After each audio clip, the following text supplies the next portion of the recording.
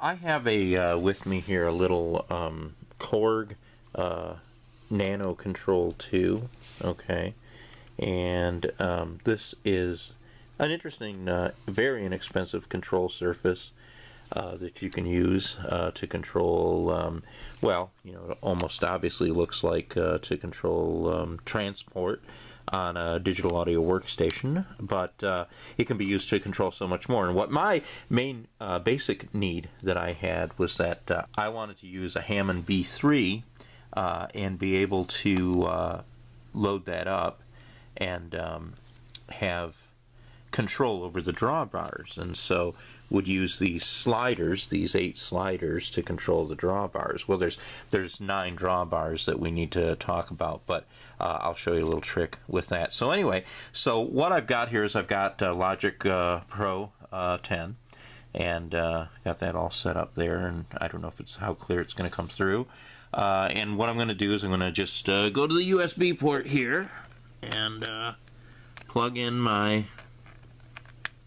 NanoKontrol, and okay, so here I am in Logic, and so I'm going to change out this this software synth here. I'm going to go over to my library, and what I want to do is I want to get my vintage B3 organ. I'll take a jazz organ. It doesn't really matter what the setting is going to be. And then I'm going to come back over to this, and I'm going to double click, and as you'll notice, what that does is that gives you kind of the control panel here so that you have control over your drawbars and things.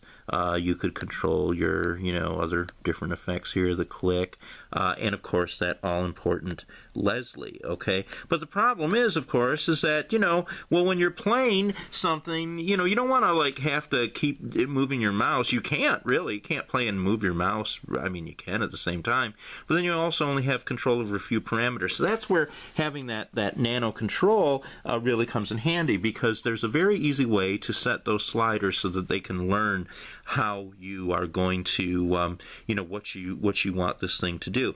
And the easy way to do it is to see where that word compare is in this window that pops up. And remember, again, we popped it up by double clicking on the instrument icon.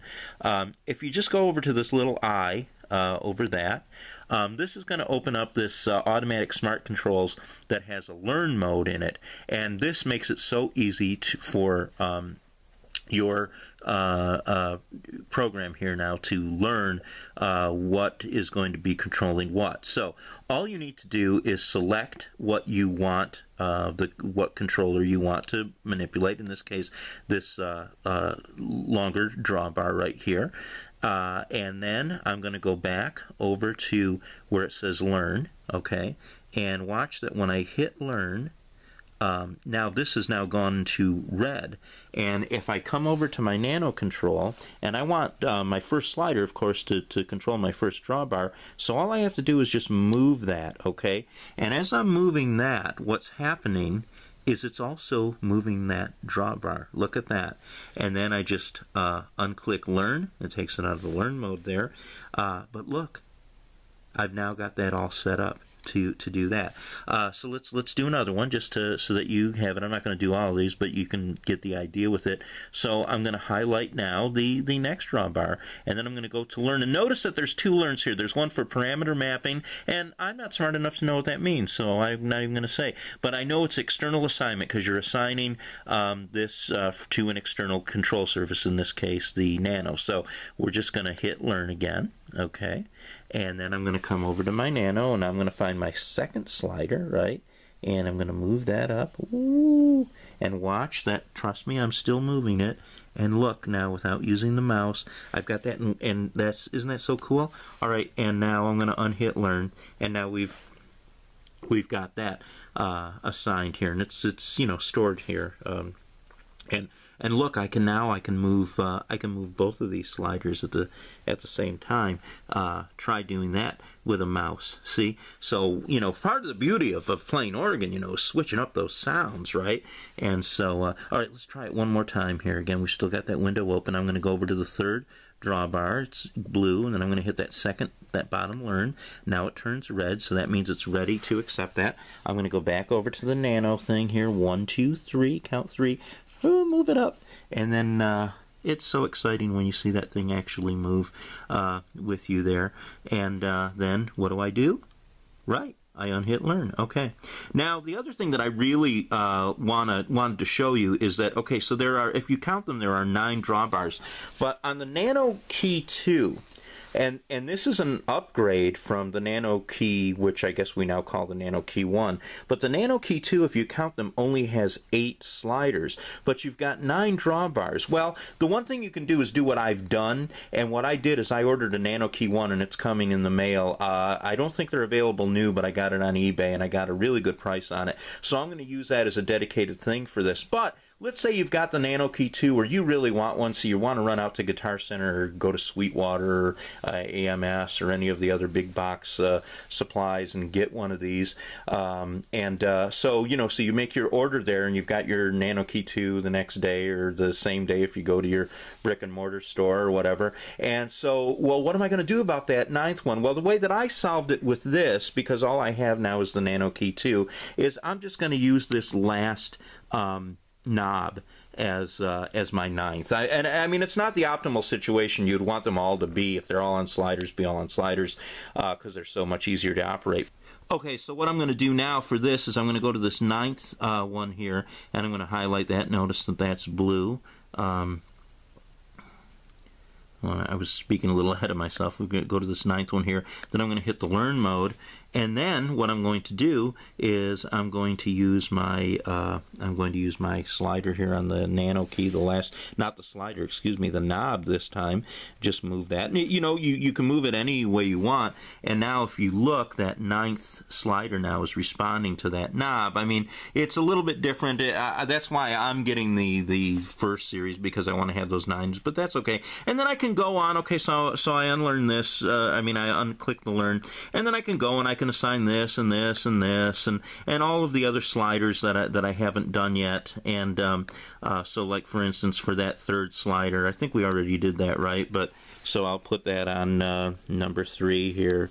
And yeah, so that's still working there. So, I don't want to bore you with all this. The one thing that I do want to show you, and what I've done, is this Leslie thing here is really cool, because this makes your Leslie either, stop or be in the slow mode or the fast mode. And what I'm going to do is I'm going to assign this Leslie over here to a knob. And in this case, I'm going to assign it to the first knob here. And so I've got that in blue, right? So I go over here to my bottom learn, okay? And I've got that bottom learn there, and then I'm going to go over here to my first knob on the NanoKontrol and just move that. And now, just to verify, if you'll see here, let me let that focus for a minute here. If you look at that, Leslie, you can see a little bit of stuff happening here, and that's putting it into the slow and the fast mode, and moving that controller with that knob. So, I'll get my click, my percussion, all the other things in there, all set up in these. But that's just the basic way of doing it, and it's very, very simple. So all in all, a really simple way to get this accomplished here. And then I can move out of that, and I can go double click this and just make that thing disappear, or more cool, bring it back. And now watch what I can do here. See, I've got my drawbars being operated by my NanoKontrol here, and that's how I can do things like get 2 things going at once, or of course put my Leslie into different modes on that. And again, remember, I made it so I can control that other one. And the feel on this is really good. The resolution of this NanoKontrol is really good. I mean, it's like when I'm turning this knob, right, or when I'm running this fader, it feels like a good real time on this. So I have no complaints about the controls with this. So real wonderful product here. Very happy with it.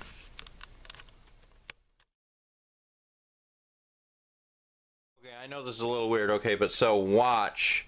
I'll play an A here with one hand.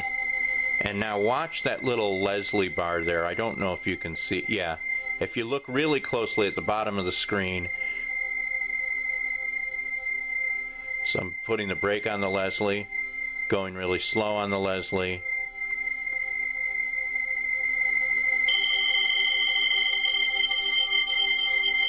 So we can get some nice real-time control of that. And that's by me touching the Nano controller. And then, you know, also I can put a little change in the sound here by taking out that little drawbar there, or I could take out anything on any of the drawbars, or maybe add a little bit more. See? And then slow down the Leslie. So that's how you're getting all those sounds there.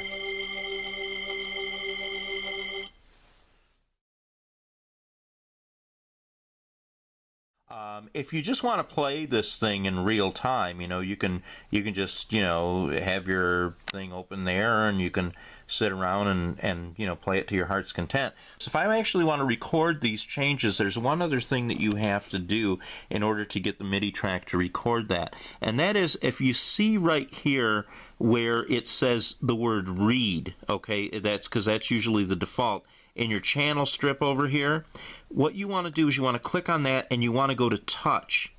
And now when you have it in touch, when you record it, all those controller changes that you do are going to be recorded. So if you're recording it and you want to change the Leslie, you know, on that recording, and you always want it to be at that place, make sure that it's in touch mode, okay? Because if you have it at the default of the read mode, okay, where that thing is green as opposed to that amber color, then when you play it, even if you're recording it, what you'll be doing is it will only record the node information, but it will not record the automation. So it's a powerful combination here of you know, my little MacBook Air, Pro Logic 10, and also the Korg NanoKontrol. It gives me a lot of control over things. The NanoKontrol works, by the way, with many DAWs. It'll work with a PC. So whatever software you're using, you're going to be able to do this. But this one I think is super easy. Has that learn mode. I think most of these things do have a learn mode where you can learn the assignments and the CC numbers, and you never even have to know what the CC numbers are. So and it need not be anything that complicated. So that's it. Have fun.